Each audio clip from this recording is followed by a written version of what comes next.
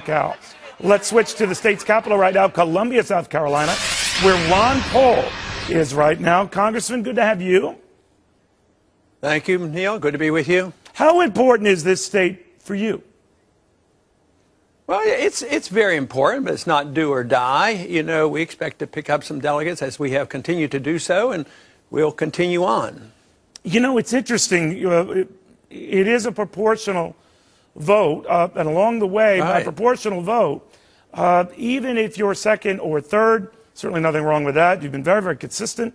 You could amass quite a few delegates, whether or not you get the nomination, and certainly have a powerful voice. I know you obviously want that nomination, but let me ask you about this process and the extremes. You've seen the leaders go up and down.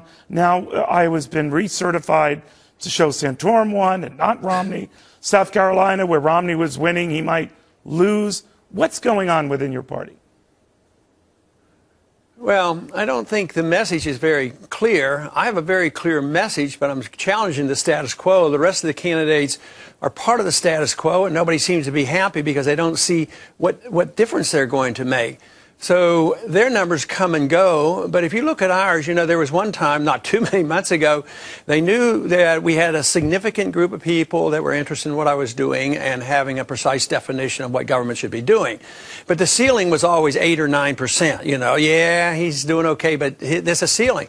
But now the ceiling shifted to about 17 or 18%. Now they're conceding that, you know, it's over 20%. And if you include independents and Democrats, our percentages are much better. You know, not too long ago, there was a poll done where I was up against Obama, and I was equal to Romney in that. So does it we have a lot of you, support from independents I mean, and Democrats. You've been a remarkable phenomenon, but I always think you're like a sort of a thin Rodney Dangerfield. You don't get any respect. Does that bug you? Well, I think a lot of people think that. Certainly Jon Stewart thinks so. You know, this whole idea. I mean, if you look, somebody told me, you know, from this last debate, I thought I did rather well. And they went down the number of times they mentioned the other three candidates in the review of the debate. And it was, you know, like 80, 90 times, depending on which it was. I was mentioned one time in all the discussion of the debate after it was over. Now, you might argue I didn't win, or some people argue